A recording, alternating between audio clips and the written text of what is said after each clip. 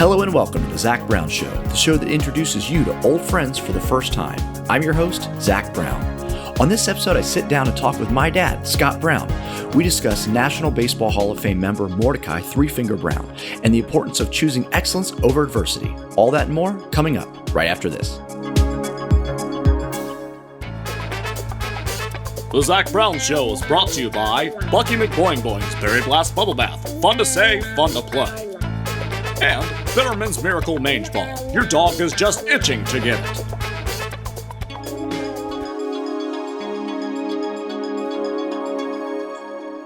Well, Dad, welcome to the Zach Brown Show. I can't tell you how thrilled I am to be here. So, as you know, this show is all about people's stories, hearing where they come from, what makes them tick. And so, because technically I come from you, so that's part of my backstory.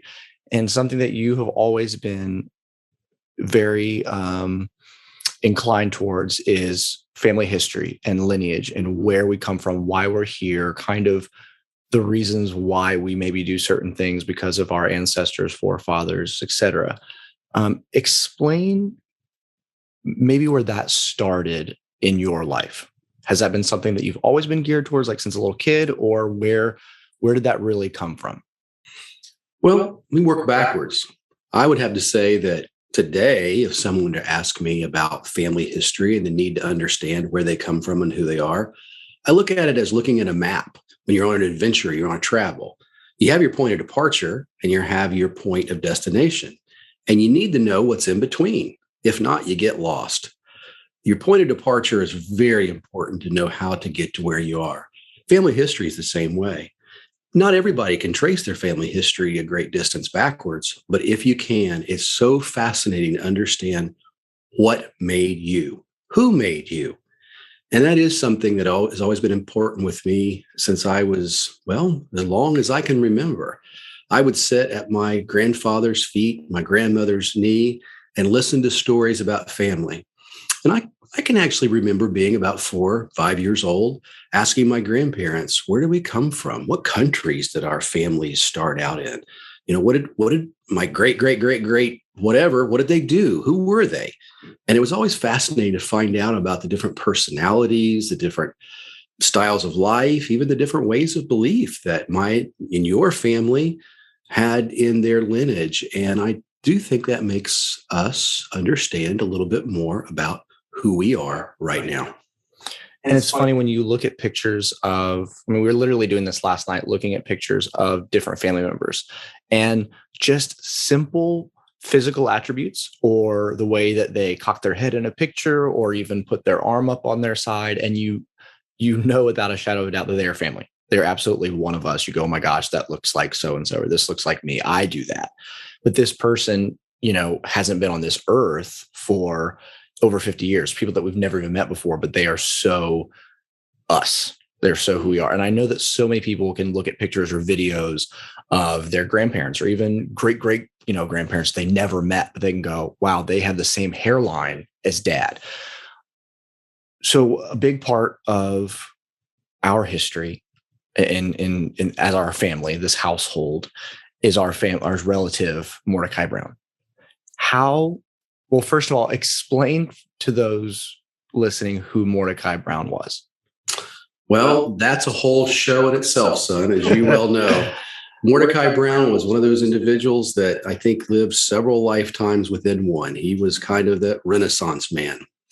But for your listeners, Mordecai Peter Centennial Brown was born in 1876 in Niceville, Indiana. And while our family on my side, we have known that most of our family hails from Ohio, Kentucky, Virginia. But Mordecai and his family came from Indiana. And it wasn't until later in my life, in my young adult life, that I found out that we were related to this wonderful individual. Mordecai was born in Niceville, Indiana, as I mentioned, and that was a coal mining town. And all of his near relatives worked in and around and somehow affiliated with the coal mines in that area of Western Indiana, what they call the Wabash Valley.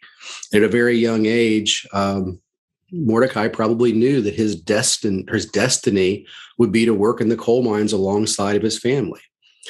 But the very ripe old age of 5, as it came upon young Mordecai Brown, had with it some accidents. And as most young boys do. As most young boys.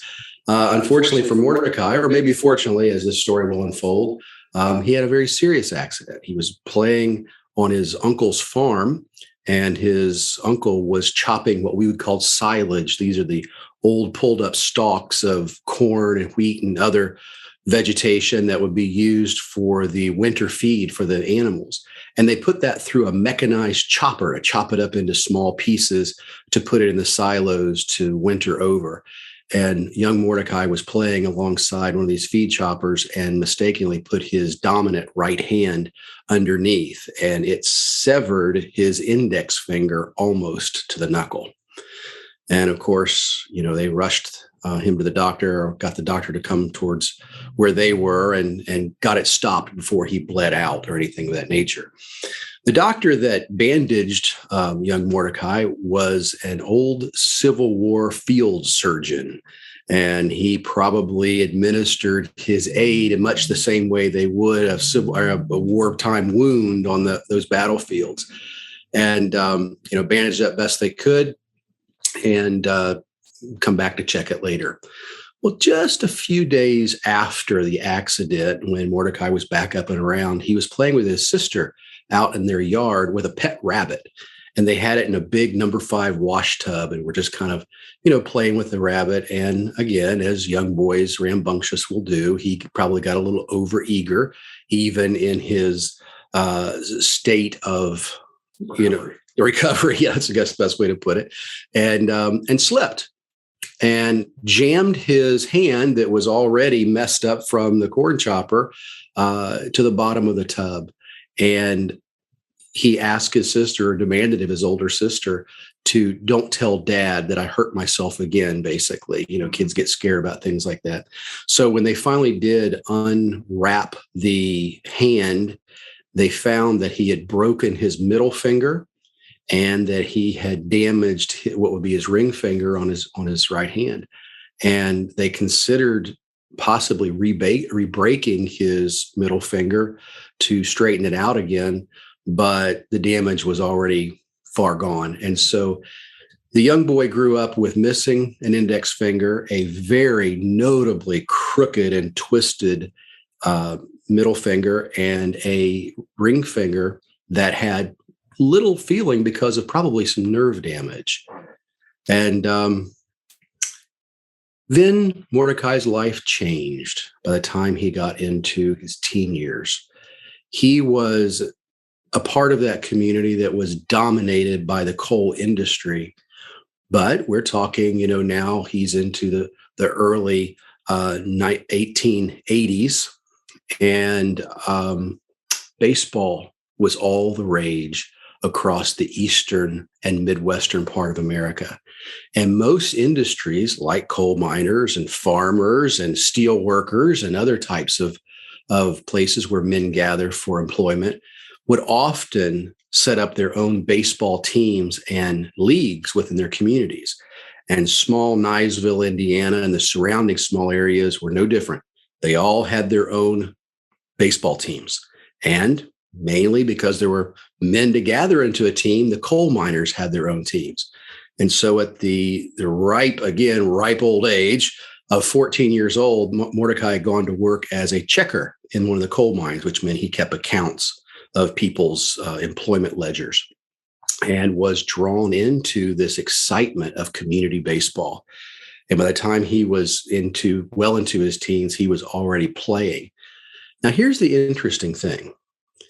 We've talked about his hand. The hand that he would have used to play baseball with, to throw and to catch and to bat, being his dominant right hand, was the one that was damaged. It was missing a finger, another twisted one that didn't have any feeling. So the only 2 digits on his right hand that had any regularity to them were his pinky and his thumb. There was a man that he worked alongside. We don't know much about him, but Mordecai talked about him later in life. His name was Legs McConnell. And Legs McConnell apparently had some baseball experience, and he took young Mordecai under his wing and taught him the fair points of the game. Unbeknownst to either of them at the time, and I won't get too far ahead into the story, but Legs taught Mordecai how to use that hand that was otherwise damaged for use and what people would imagine to be correct in playing baseball into something that he could overcome his limitation and turn it into an ability to play in ways that others could not. And you can always know that you're going to get wise experience from someone with a name like Legs. You don't hear a lot of people like that anymore, like Two Thumbs McGee or whatever. Knuckles McGurk. You get these guys with these names and you go, they've had experiences. They weren't just given this nickname for no reason at all. This is someone that if they're given some sort of input, you should probably listen. I don't know. In today's world, if we had some guy walk up and say, "Hi, my name's Legs McConnell," you're going to want, okay, what is this guy? You probably close the door in his face. No, thank you. Check him out on Facebook and see what he's all about. Yeah, exactly. So we already have like this interesting setup to this story. And again, I'm going to jump forward to kind of bait our listeners, but Mordecai ended up being in the Baseball Hall of Fame. Yes. And they don't just add everybody to that list. Not everybody gets inducted into a Hall of Fame, especially on something on a national level. But he's not a name like a Babe Ruth or a Ty Cobb for the more casual baseball fan or even casual baseball historian necessarily. But when you approach Wrigley Field, they have sections, with the different players in the sidewalk. Yes, there's different sections of the sidewalk that are denoting the greats that stood at Wrigley, that played, that field. And he is one of those, which I'm, incredibly proud of. But again, it's like, this is this person that when you go and visit these places, you now see these accolades and go, what brought him here? Who are these things? How did you discover this person besides just having the same last name? How did that come into your personal picture before we continue on with the story? Well, as you alluded to, family history has always been something that has been important to not only me, but to you and our family. But baseball has always been a part of my life.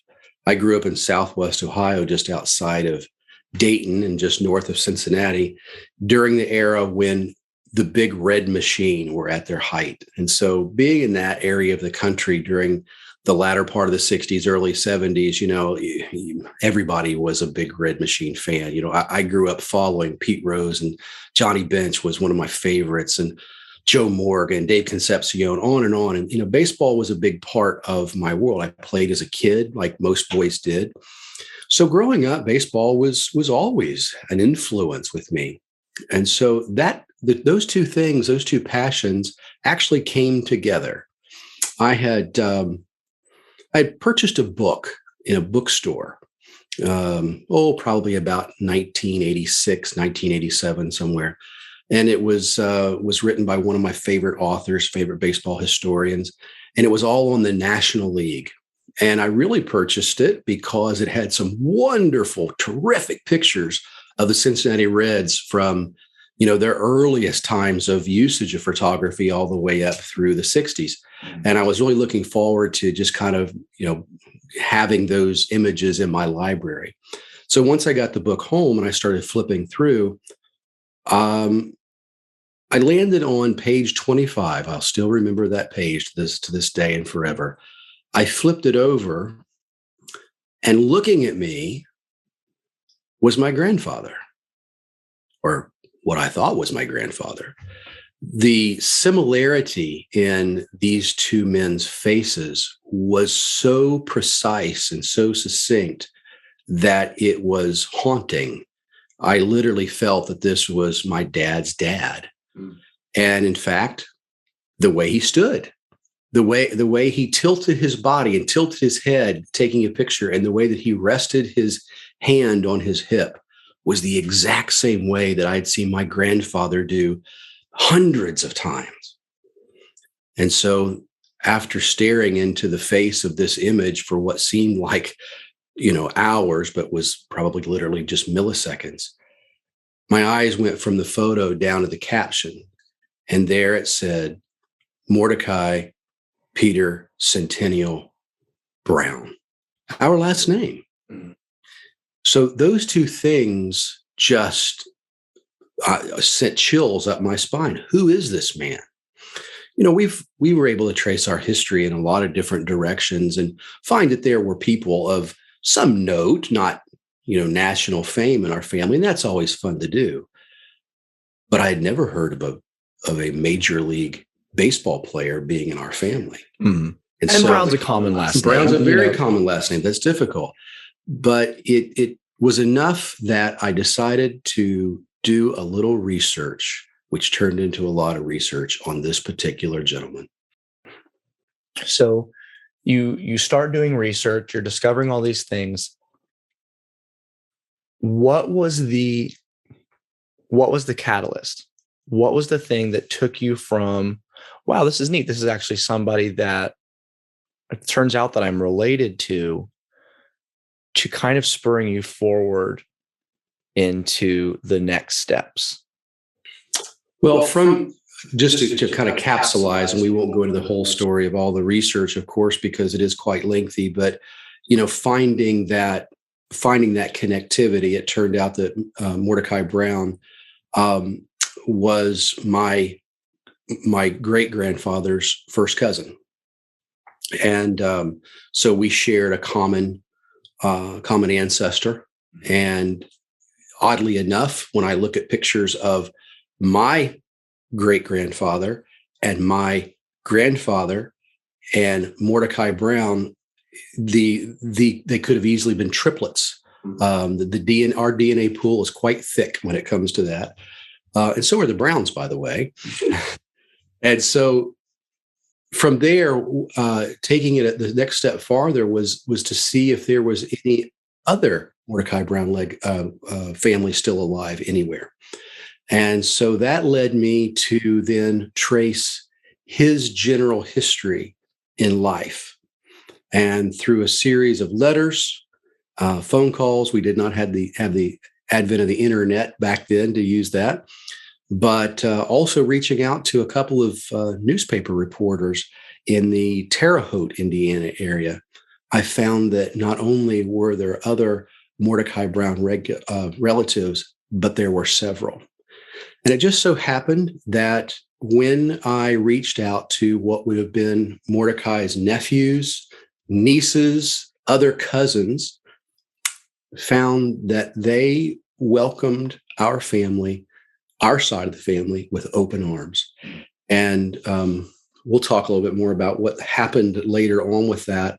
But I think one of the most wonderful aspects of finding Mordecai Brown, finding out that we were related to him, finding out that we had extended family, was the fact that it brought two halves of the family that had been away from each other for 3 generations back together again as one. Mm-hmm.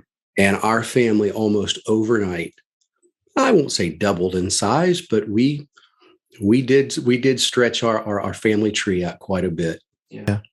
And I mean, and everything, my entire purpose of this podcast is I really want people to share their stories and share their similarities, their commonality, the thing that make humans relate to other humans. And it's cool when you hear the stories of not only humans related to other humans, but hearing people find their family. Mm. It's powerful. It's who you are. They're part of you, whether you realize it or not. Chances are their struggles are your struggles. Their dreams may intertwine with your dreams. You're from the same soil, the same DNA, the land. It's strong. And so when you unlock that many more of inherently you and where you come from, it's really kind of cool. And so, I mean, I know that there's billions of other stories like that since the beginning of time, but it's just really neat to be able to be a part of one of those stories. So picking back up in the timeline, he's a checker in a coal mine, starting to play baseball with legs, figure out the game. What happens next? He was originally signed to a mining team as a third baseman. And I think he probably had some proficiency at third base. His particular league was one of the larger ones, and his team was one of those that was always the one to beat because they had a lot of great players on their team, and they carried the league generally. They had a pitcher at that time who was a little less than savory in his life outside of the game. And as the stories are told, this gentleman probably enjoyed the bottle more than he did the ball. And it wasn't, unknown, and probably not just him, but others. It probably wasn't unknown for him to show up to a game with a little more liquor on his breath than, would have been desired to be proficient in the game.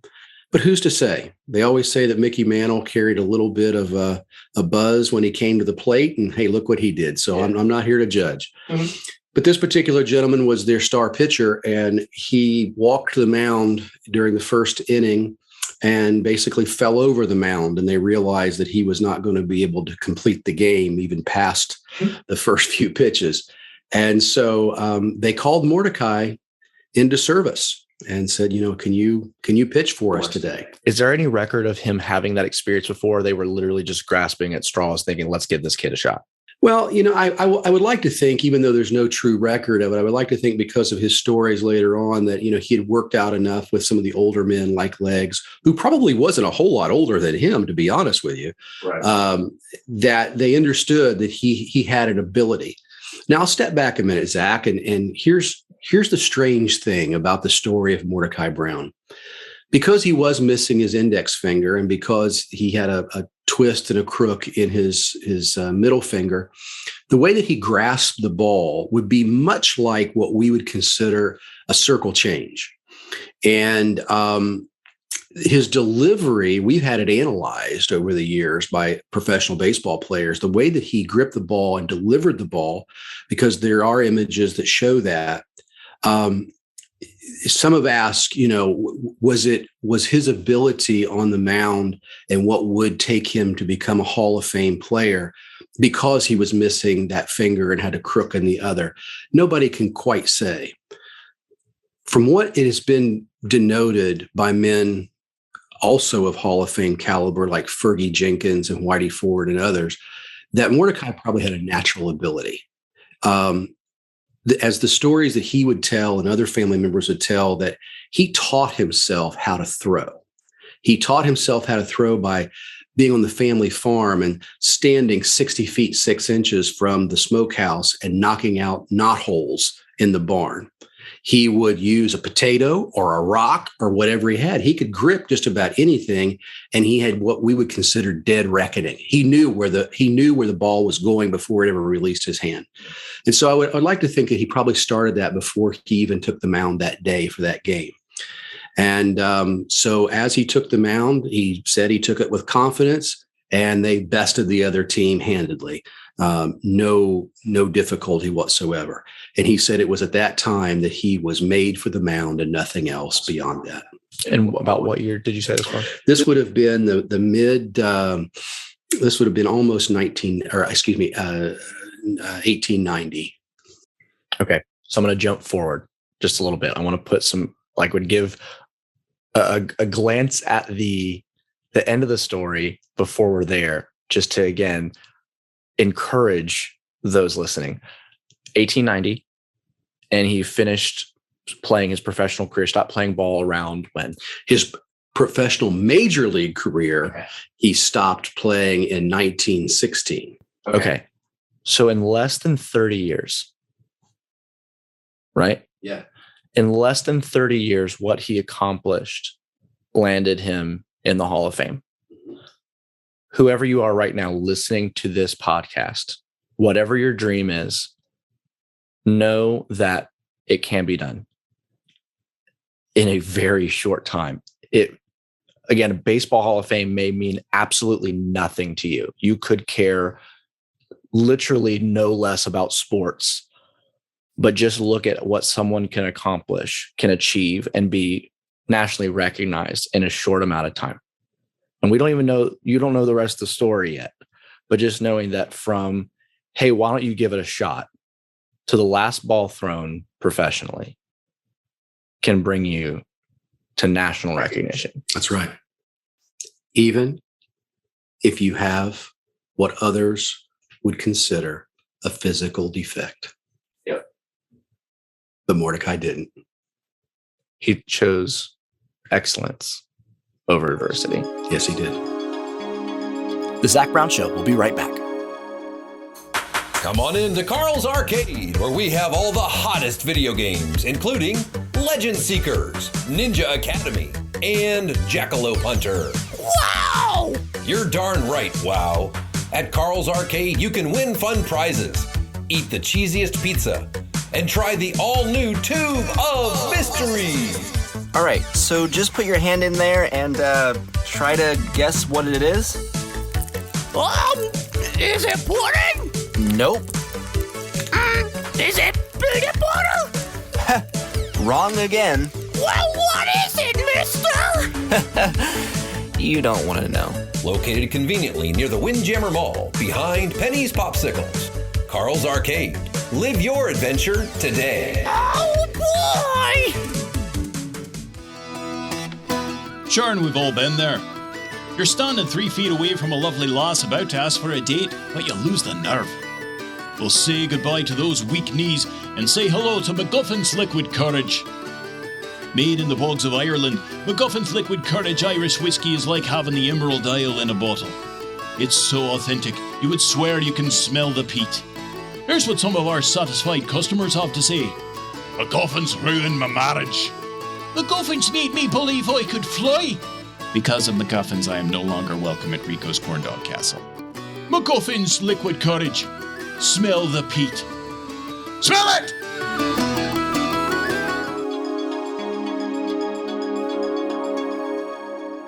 How long from that point until he hit the majors? He knocked around in the mining leagues for a number of years after that. Fortunately, his area of the country, Terre Haute, had a semi-professional league that was called the 3I League. It encompassed Indiana, Illinois, and Iowa. So there were young men playing on those teams from, a couple of states away. So the caliber of folks that he played against was extensive. It was no longer just the local boys in his region. And once he was asked to come on the Terre Haute Tots, short for Hottentots, I'll let you guys look that up. That's a cute one. When he was asked to come on that team in 1901, he was immediately not only a regional, but a league-wide success. He was a bit of an oddity. Mordecai never shied away from allowing people to take a look at his hand or ask questions about it. In fact, later on in his career, it became somewhat of an icon around him and his club. So knowing that he had this injury that had healed and he was still able to throw in the manner that he did, it was something of a novelty for people to come to the ballpark to see. So I want you to picture this, listeners. You have a gentleman on the mound throwing a ball 60 feet, 6 inches over a plate towards a man who has a wooden stick in his hand. Your job is to get that ball past this man before he can hit it, or around this man, if at all possible, causing him to swing. And the uniqueness about Mordecai was the way that the ball came off of his hand was not a straight trajectory. Any new pitcher, any new battery mate that Mordecai would work with, they would have to get used to the fact that what the ball looked like coming out of his hand was not exactly what was happening. It basically was a natural curve. And he could deliver it in such a way that the ball would curve coming off of those two fingers, and he could hit what was just as simple as knocking a knot hole out of the smokehouse. Batters had a hard time picking up the direction of the ball. They thought it was going one way when it would go another. Now, to couple that difficulty with the fact that Mordecai could pitch overhand, underhand, which is not truly underhand if you know how to pitch an underhand baseball, and sidearm. And he could change that up in any given time. And so he kept the batters off their mark because they never knew what was coming towards them. They couldn't anticipate anything. Mordecai Brown, to this day, has the third lowest earned run average, ERA, in baseball history. He has the lowest in National League history. And that lends to the fact is this man never truly had a fastball, but he had a pitch that was difficult for pitchers to pick up. Ty Cobb even saying he has one of the most devastating curves that I've ever seen, and I can't hit it. And that's saying something. That's saying something. So to go back to your question, Zach, it was 1903. That would have been his first year in Major League Baseball. All right. So now that makes my previous statement a little bit more incredible. It was 1903 to 1916. 1916. I mean, come on. 13 years. That's insane.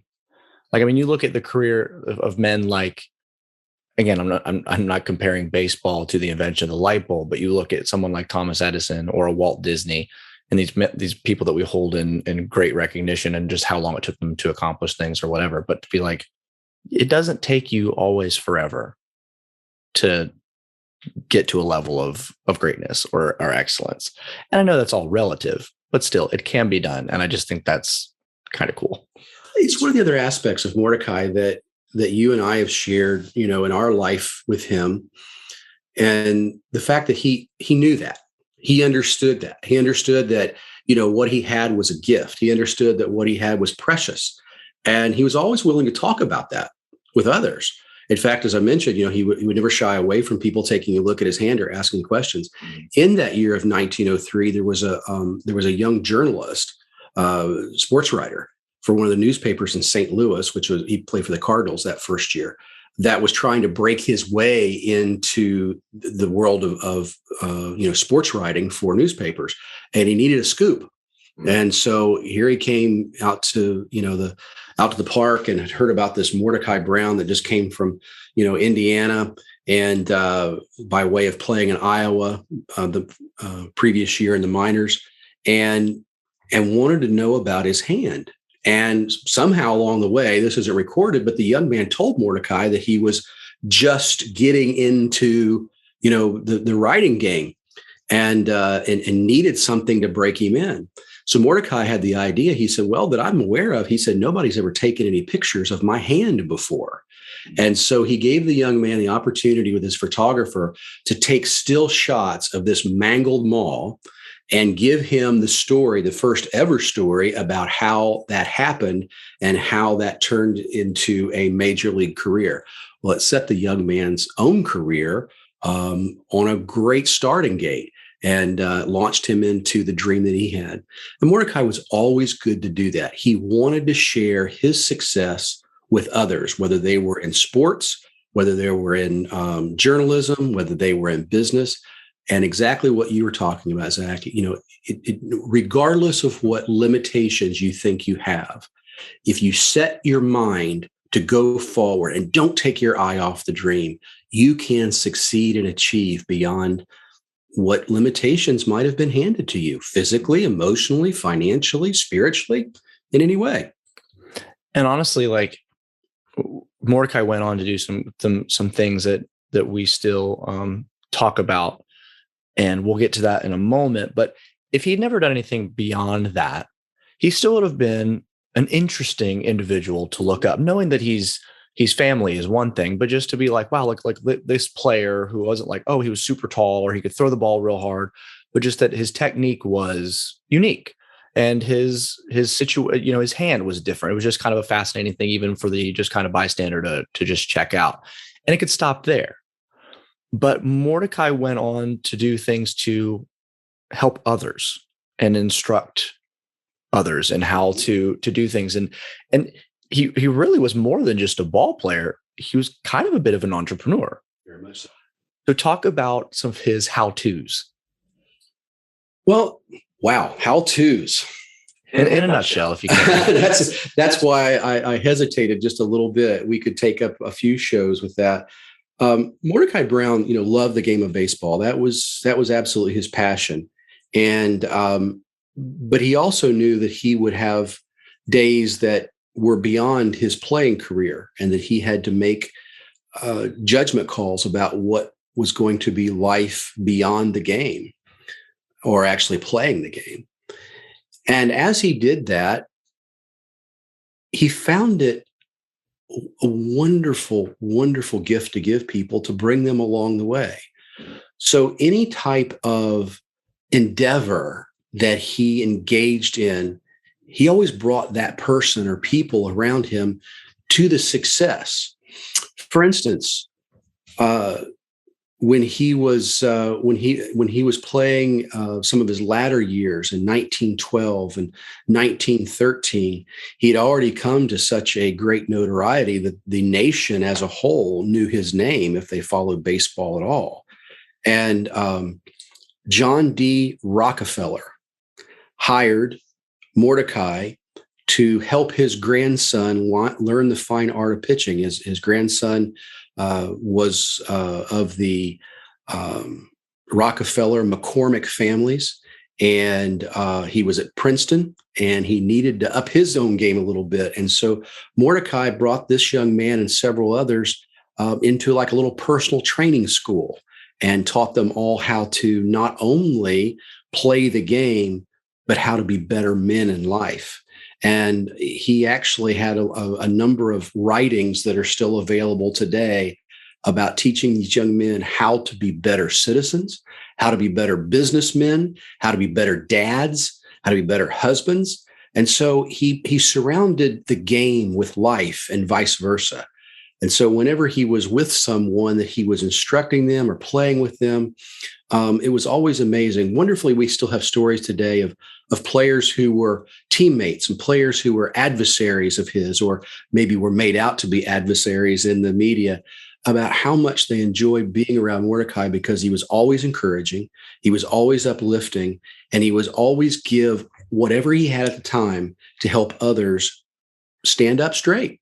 And we see so many athletes now, post-career, some during, but mostly post-career, they set up these foundations. They set up these funds or clinics and camps. You got Tiger Woods and different ones do these things, and that's wonderful. But I love that he was doing it during as well. Mm-hmm. You know what I mean? He was already not just wanting to be encouraging, but he was looking down field. He was looking down at what was going to follow. There's the achievement over adversity, but to me, the word that I always attribute to this story is legacy. What is being left behind? What am I doing to set up the next group of people? What am I doing with my affluence? How am I able to use this to better? And it's not just about sports and athleticism, but it was, again, like you said, how to be better citizens, how to be just better people to the world around you. And I'm proud of that is, where we come from. I just kind of love that part of his story. It wasn't just about how can you be a better pitcher. It's how can you be a better person? Mm-hmm. Someone that you and I both met together many years ago in Indianapolis was one of the Brooklyn Dodger greats, Carl Erskine. In my opinion, Carl should also be in the Hall of Fame. He's one of these great men of sports that has done many things outside of his own game. But Carl was part of that Brooklyn Dodger dynasty. He played 9 seasons with Jackie Robinson, just to kind of give you context to where he was. But Zach and I met this gentleman in Indianapolis a number of years ago during a function that was centered around the baseball families of Indiana. And I had no idea about the conversation that Carl was going to have with Zach and I on the field at the Indian Stadium. I had no idea that Carl had met Mordecai in Mordecai's latter life and Carl's early life. Carl also played in the 3I League when he first started out, and his team had come into Terre Haute, Indiana to play the local team. And Mordecai had a business at that time just down the street from the largest centralized hotel in Terre Haute.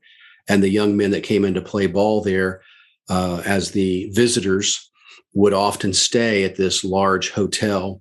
And Mordecai came in that day knowing there was a group of ball players that had just come in. And Carl Erskine told us the story about how he had met the great Mordecai Brown.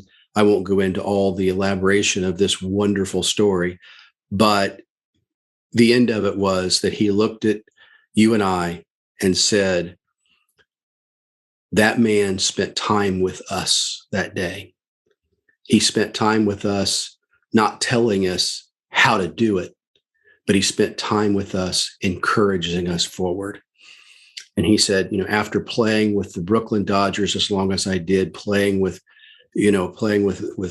Jackie Robinson through all of his struggle, he said, playing in the wonderful city of Brooklyn, New York, he said, I can tell you that the instruction that Mordecai Brown gave to me in a short hour and a half in the beginning of my career was the best experience I ever had in baseball. And that has stuck with me for years, to know that we can have that kind of effect on others around us with encouragement. Yeah. With telling someone to stand up where they are, and with telling them, very importantly, that they too can reach their dreams. Yeah, that they matter, that even those things that they have that they may feel is limiting them could very well become their greatest asset. You never know. I mean, again, this person who, for all intents and purposes at the time, would look to be very handicapped, that was the thing that made him who he was. And it wasn't a spectacle. It wasn't this freak thing. He employed the adversity, which I think is really incredible. It's kind of a wonder what could be done in this world if we would stop looking at these things in our lives that we find to hold us back and to flip the page and go, well, you know what? How can I get you to work for me? How can we make this work for my benefits? It's not doing me any good by being a burden. So what can I do to be a blessing? So about what time did he arrive in Chicago? He played for the St. Louis Cardinals in 1903, but only for one season. Their biggest rivalry at that time was the great Chicago Cubs, who were on their way to building what would become the dynasty baseball team of the early 1900s. And on that team, on the Chicago Cubs team at that time, were a couple very important key people that would launch Mordecai into his tenure with the Cubs. Their player manager, Frank Chance, they called him the peerless leader, incredible gentleman, incredible statistician, strategy guru. And Frank Chance was one of those guys that just knew how to place people correctly. He knew how to see the good in everyone and how to pull that out. And he had batted against Mordecai and knew the potential of this young man. There was also one of their infielders by the name of Joe Tinker, who also felt the same way. He was very close to Frank Chance, who would go on to be one of Mordecai's best friends in life. And both these men, but specifically Chance, knew that they wanted Mordecai for their team. Through a series of trades, they acquired him in the offseason. And so he became a part of the Chicago Cubs, moving to the great city of Chicago just before the season in 1904. And just to make a little footnote, Joe Tinker, who for our Orlando natives and folks, that's who Tinker Field is named for down by Camping World Stadium. So if you see that name, that's the tie-in with your history. So you learned something today. So he's with the Cubs. He's just gangbusters. They went to the World Series how many times? 4 between 1906 and 1910. And that's not a bad record. Not at all. And how many did they win? They won 2 back-to-back in 1907 and 1908, both against Ty Cobb's Detroit Tigers.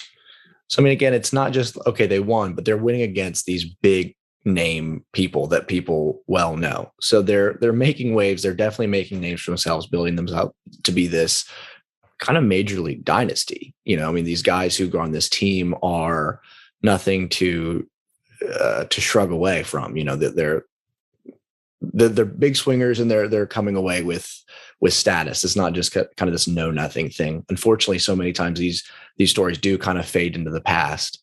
But it's people such as yourself who do find these stories and do what they can to perpetuate them and make sure that they do live on. So we're going to kind of jump forward back, you know, to where we started this story, and your love of lineage, and your discovering who this man is in our family, and all the research that you start compiling, and you decide, I want to write a book. So that, again, is another podcast all on its own. But what was the thing for you that said, this is more than just interesting to me, that I feel people need to know about this? What was the shift from just kind of simple interest in a family member to people need to know? A lot of it had to do with what we're discussing here today. Learning the life history of this man, finding that he had a physical disability, one that some would have counted him out of doing anything of greatness because of his inability to be what was considered back then normal. Mm-hmm. And he decided that normal was how you find it. And so that idea was what he taught others, and how he encouraged countless numbers of men, women, and children to discover their own greatness within their life and their surroundings and their own families. And so that message that he put forward was really what I wanted to encapsulate in this book, was not only what he achieved as a ball player that led him to become a member of the Baseball Hall of Fame in 1949, but the fact that he was an overcomer, the fact that he was brave enough to say, limitations won't hold me back. The fact that he was adventurous enough to say, not only can I do great things, but I can help others to do that as well. And so this was the impetus for the book. I wrote this book as a co-author with our cousin, Cindy Thompson, who is a prolific writer herself. I knew that I wanted her help. But the fact that Cindy is a lover of baseball as well. And so we wrote this book together as a really as a love offering to not only those that enjoy the game of baseball and baseball history, but those who needed to hear encouragement in their lives.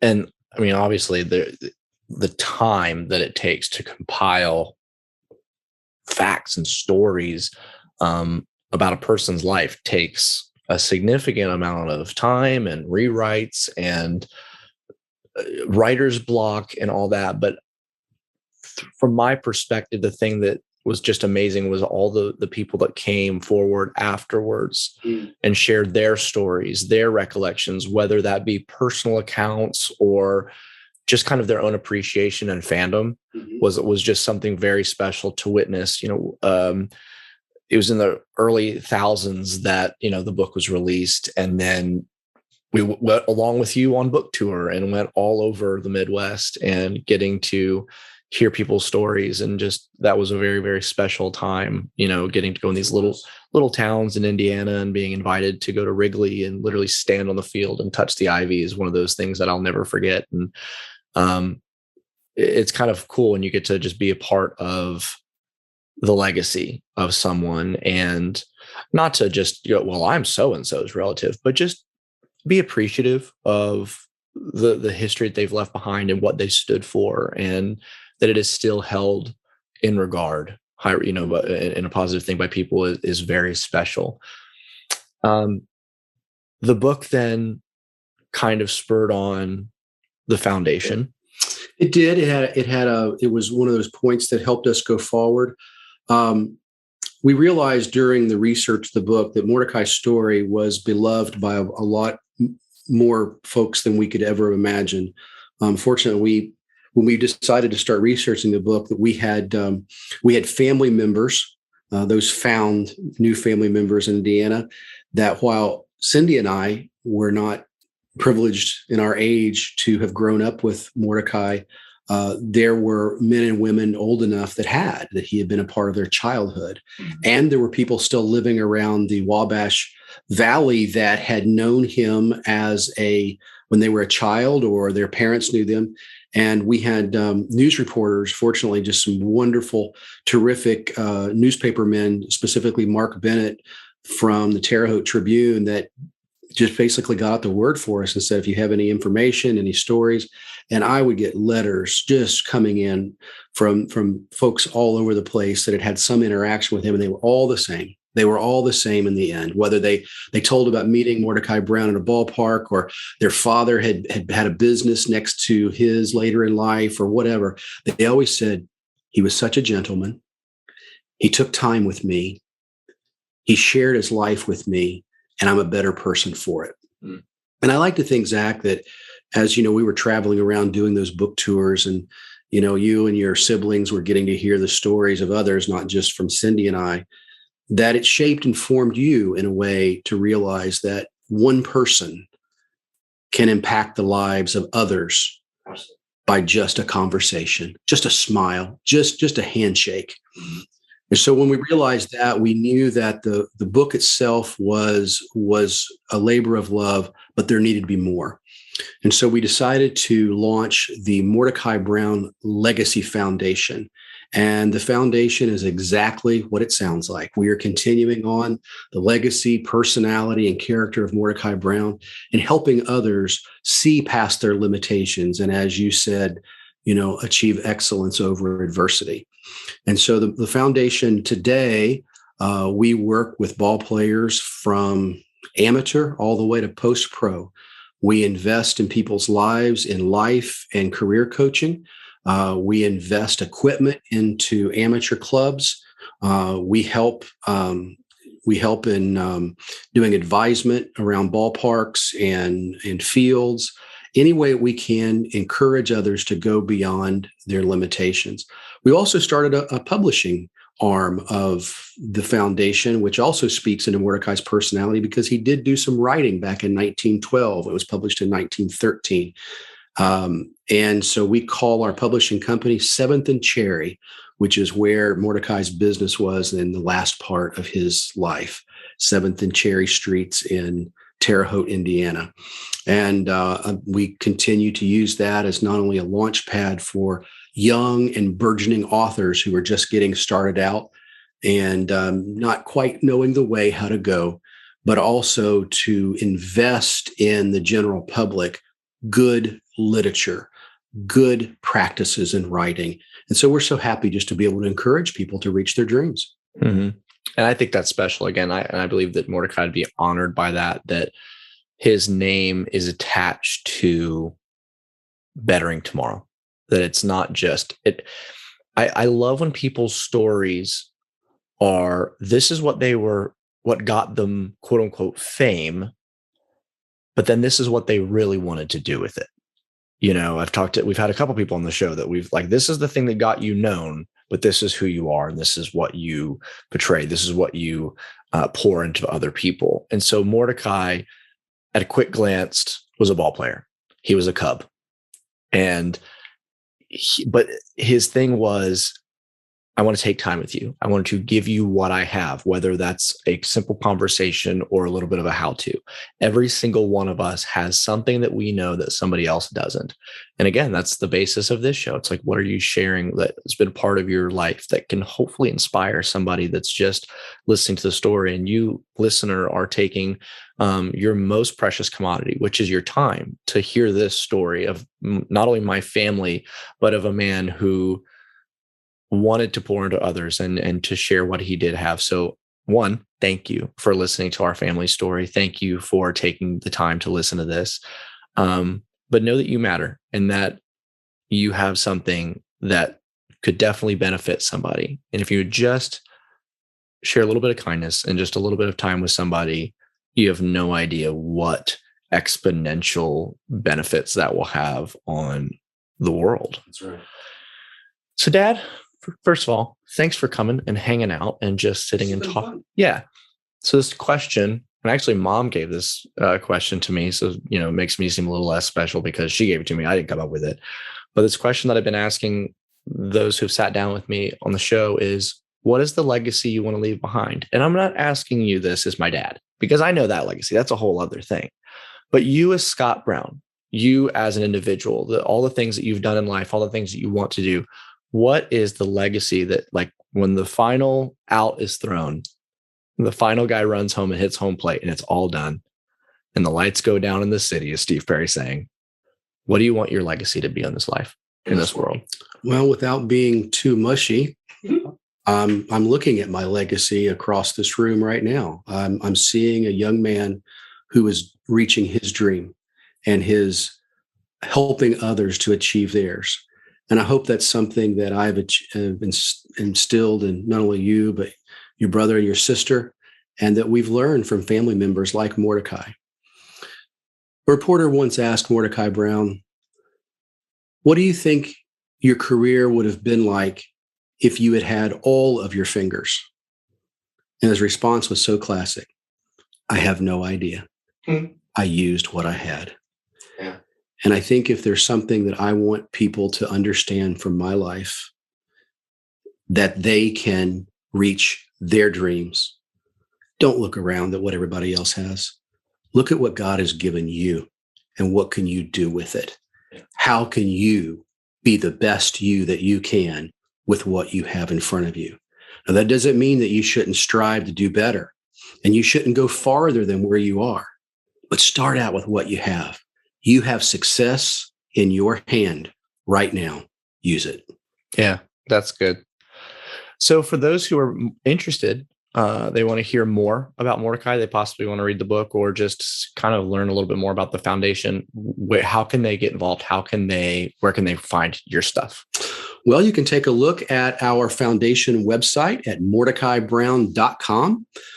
We have that there for fans and family. There's a lot of connectivity there.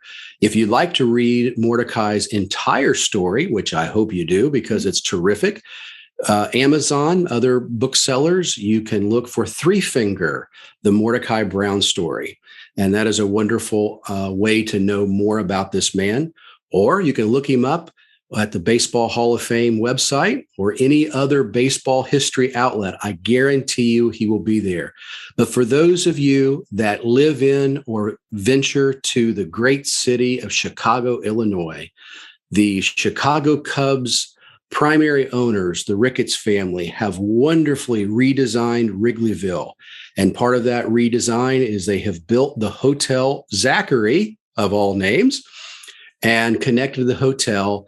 They have honored us with naming their beautiful, gorgeous, 2-story tapas restaurant called Mordecai's Whiskey and Grill. And it is decorated completely and totally with all things Mordecai Peter Centennial Three Finger Brown. And you will enjoy some history there as well as some good food. So those are terrific outlets for you to get more on Mordecai Brown. And if you'd like to drop us a line through the website, please do. Cool. Thanks so much. And I think you're probably the first guest that I've been able to say, I love you. And I you. Great. Thanks for talking, Dad. Well, that's all for this episode. I hope you enjoyed it as much as we did. Once again, I'd like to thank my dad, Scott Brown, for coming on and sharing some of our family history. If you're interested in learning more about Mordecai or would like to partner with the foundation, I'll provide links in the show notes. Want more of the Zach Brown Show? Follow on Instagram or give us a like on Facebook. I'll post behind-the-scenes pictures and all the latest updates. I'm Zach Brown, and I want you to remember, it's easier than you think to hypnotize a chicken. Have a good one.